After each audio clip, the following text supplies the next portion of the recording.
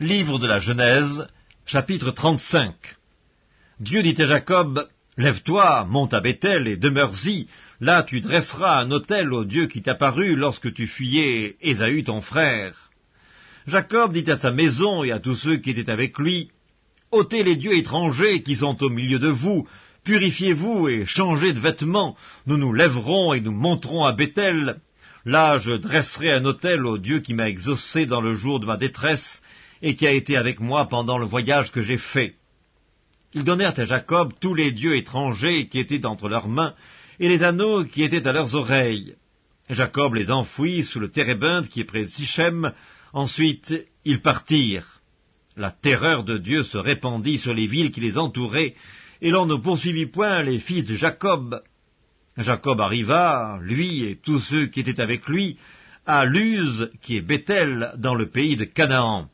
Il bâtit là un autel, et il appela ce lieu El-Béthel, car c'est là que Dieu s'était révélé à lui lorsqu'il fuyait son frère.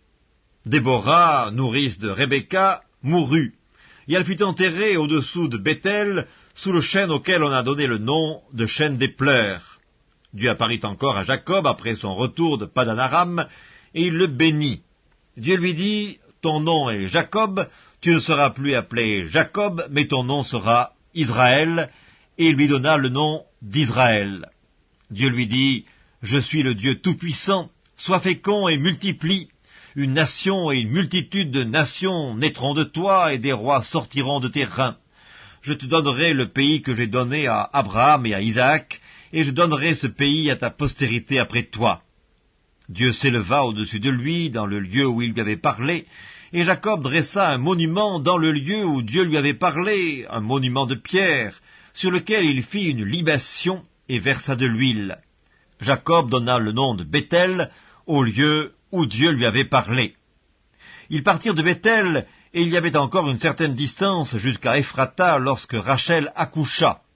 Elle eut un accouchement pénible, et pendant les douleurs de l'enfantement, la sage-femme lui dit, « Ne crains point, car tu as encore un fils. » Et comme elle allait rendre l'âme, car elle était mourante, elle lui donna le nom de Ben-Oni, mais le père l'appela Benjamin.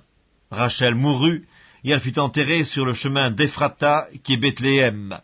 Jacob éleva un monument sur son sépulcre, c'est le monument du sépulcre de Rachel, qui existe encore aujourd'hui.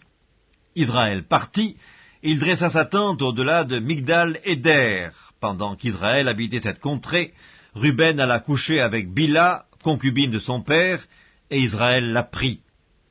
Les fils de Jacob étaient au nombre de 12, fils de Léa, Ruben, premier-né de Jacob, Siméon, Lévi, Juda, Issachar et Zabulon.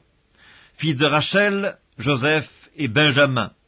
Fils de Bila, servante de Rachel, Dan et Nephtali. Fils de Zilpa, servante de Léa, Gad et Azer. Ce sont là les fils de Jacob qui lui naquirent à Padan-Aram.